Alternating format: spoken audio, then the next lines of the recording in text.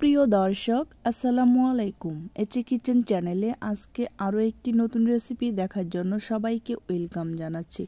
দূরের বা কাছের যে যেখান থেকে আমার এই ভিডিওটি দেখছেন, আশা করছি আপনারা সকলেই অনেক অনেক ভালো আছেন। দুর্দান্ত স্বাদের মুসুর ডাল দিয়ে আজকে নতুন এবং ইউনিক একটি রেসিপি করে দেখাবো। এটি তৈরি করা খুবই সোজা, খেতেও খুবই ভালো লাগে। তাহলে চলুন রেসিপিটি দেখে নিচ্ছি। প্রথমে একটা বাটিতে 1 কাপ মুসুরের ডাল নিয়ে নিচ্ছি। এখন এই ডালটাকে পানি দিয়ে ভিজিয়ে রাখবো। তার জন্য এখানে দিয়ে দিচ্ছি পানি দিয়ে মুসুরের ডালটাকে 2 ঘন্টার মতো ভিজিয়ে রাখবো। 2 ঘন্টা পর ভালো করে ধুয়ে শিলপাটায় বেটে নেব। আপনারা চাইলে ব্লেন্ডারও ব্লেন্ড করে নিতে পারবেন। এই তো আমি ডালটাকে বেটে নিয়েছি। এখন এখানে দিয়ে দিচ্ছি 1/2 চা চামচ আদা বাটা, 1/2 চা চামচ রসুন বাটা, 1/2 চা চামচ লাল মরিচের গুঁড়ো, সামান্য হলুদের গুঁড়ো, 1/2 চা চামচ ধনিয়ার গুঁড়ো, 1/2 চা চামচ জিরার গুঁড়ো, 1/2 চা চামচ লবণ দিয়ে দিলাম। এখন কিছু কাঁচামরিচ কুচি দিয়ে দিচ্ছি। এখন একটা চামচ দিয়ে সবগুলো উপকরণ ভালো করে নেড়েচেড়ে মিশিয়ে নিচ্ছি। আপনারা চাইলে হাত দিয়েও এভাবে মিশিয়ে নিতে পারবেন। ভালো করে নেড়েচেড়ে মিশিয়ে নিলাম। এখন এগুলো ছোট ছোট বড়ার আকারে ভেজে নেব। চুলায় একটি কড়াই বসিয়েছি। এখন এখানে দিয়ে দিচ্ছি পরিমাণ মতো রান্নার তেল। তেলটা গরম হয়ে গেছে। এখন একে একে বড়াগুলো তেলে ছেড়ে দিচ্ছি।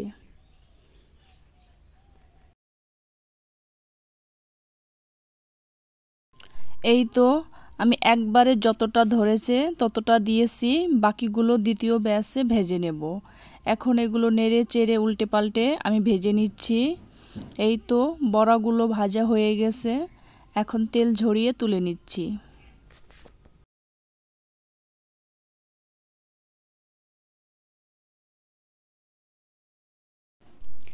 এখন এই তেলের মধ্যে বাকি বড়াগুলো ভেজে নেব। তার জন্য একে একে বড়াগুলো দিয়ে দিচ্ছি।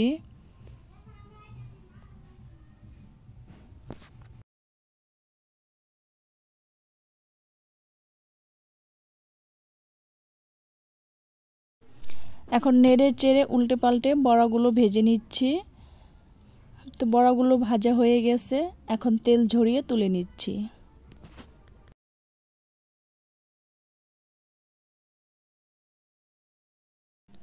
তো এই দেখুন আমি সবগুলো বড়া ভেজে তুলে নিয়েছি। আমি এখান থেকে কিছুটা তেল তুলে রেখে দিয়েছি। এখন এই তেলের মধ্যে দিয়ে দিচ্ছি কিছু রসুন কুচি, আর দিয়ে দিচ্ছি 1 কাপ পেঁয়াজ কুচি।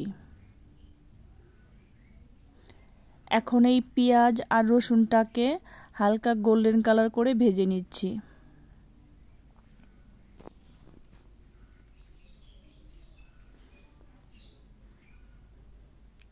তো এই দেখুন পেঁয়াজটাকে আমি গোল্ডেন কালার করে ভেজে নিলাম। পেঁয়াজটা ভাজা হয়ে গেছে। এখন এখানে দিয়ে দিচ্ছি 1/2 চা চামচ আদা বাটা, 1/2 চা চামচ রসুন বাটা, আর দিয়ে দিচ্ছি স্বাদ মতো লবণ। এখন এই তেলের মধ্যে আদা রসুনটাকে কিছুক্ষণ ভেজে নিচ্ছি, যাতে করে আদা রসুনের কাঁচা গন্ধটা চলে যায়। তো এই তো আমি আদা রসুনটাকে কিছুক্ষণ ভেজে নিলাম। এখন এইখানে সামান্য পানি দিয়ে দিচ্ছি, যাতে পেঁয়াজটা পুড়ে না যায়। পানিটা দিয়ে একটু নেড়ে চেড়ে নিচ্ছি। এখন এখানে গুঁড়ো মশলা অ্যাড করব। তার জন্য এখানে নিয়েছি 1 চা চামচ মরিচের গুঁড়ো, 1 চা চামচ হলুদের গুঁড়ো, 1 চা চামচ ধনিয়ার গুঁড়ো, 1 চা চামচ জিরার গুঁড়ো। সবগুলো দিয়ে দিলাম। এখন ভালো করে নেড়ে চেড়ে মিশিয়ে নিচ্ছি।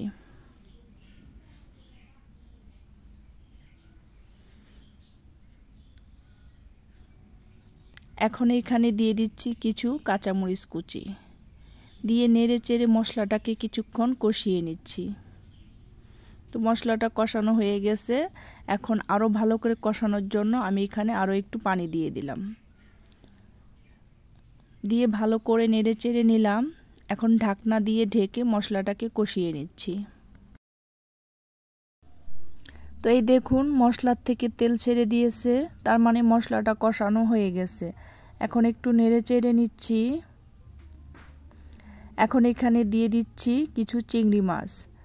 আমি এখানে ছোট চিংড়ি মাছ দিয়ে রান্নাটা করতেছি, আপনারা চাইলে বড় চিংড়ি দিয়েও এই রান্নাটা করতে পারবেন। এখন চিংড়ি মাছটা দিয়ে ভালো করে নেড়ে চেড়ে 5 মিনিট কষিয়ে নেব মাছটাকে।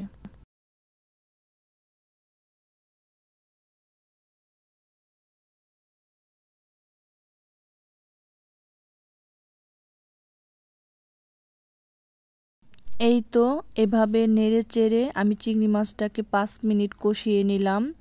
তো চিংড়ি মাছটা কষানো হয়ে গেছে।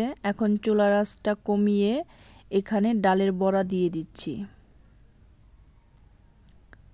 ডালের বড়াটা দিয়ে এখন ভালো করে নেড়ে চেড়ে মিশিয়ে নিচ্ছি। আমি ভালো করে নেড়ে চেড়ে মিশিয়ে নিলাম। এখন এভাবে নেড়ে চেড়ে 3 মিনিটের মতো কষিয়ে নেব। এই সময় চুলার আঁচটা বাড়িয়ে রাখবেন না, তাহলে নিচ থেকে পোড়া লেগে যাবে, আর পোড়া লাগলে কিন্তু এটা খেতে একদমই ভালো লাগবে না। তো আমি এভাবে নেড়ে চেড়ে কষিয়ে নিচ্ছি 3 মিনিটের জন্য।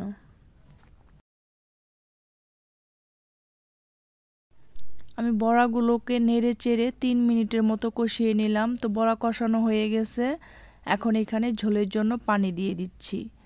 তো এখানে ঝোলের পানিটা বেশি দিতে হবে না, এমনভাবে ঝোলের পানিটা দিবেন যেন কিছু বড়া ডুবে থাকে আর কিছুটা বড়া ভেসে থাকে। তো আমি এইখানে 2 কাপ পানি দিয়ে দিলাম। এখন ভালো করে নেড়ে চেড়ে নিচ্ছি।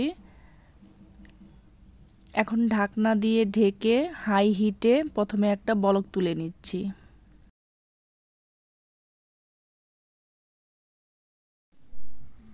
এই দেখুন তরকারিটা বলক চলে আসছে।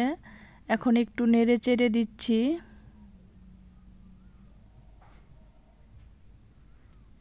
তো আমি ভালো করে নেড়ে চেড়ে নিলাম। এখন চুলার আঁচটা কমিয়ে ঢাকনা দিয়ে ঢেকে 10 মিনিট রান্না করব। তো ফিরে আসছি 10 মিনিট পর।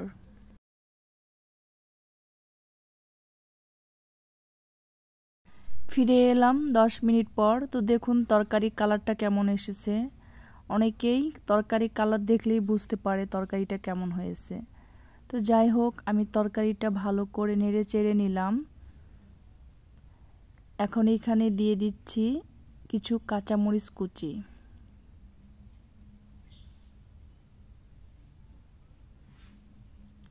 আর দিয়ে দিচ্ছি কিছু ধনিয়া পাতা কুচি।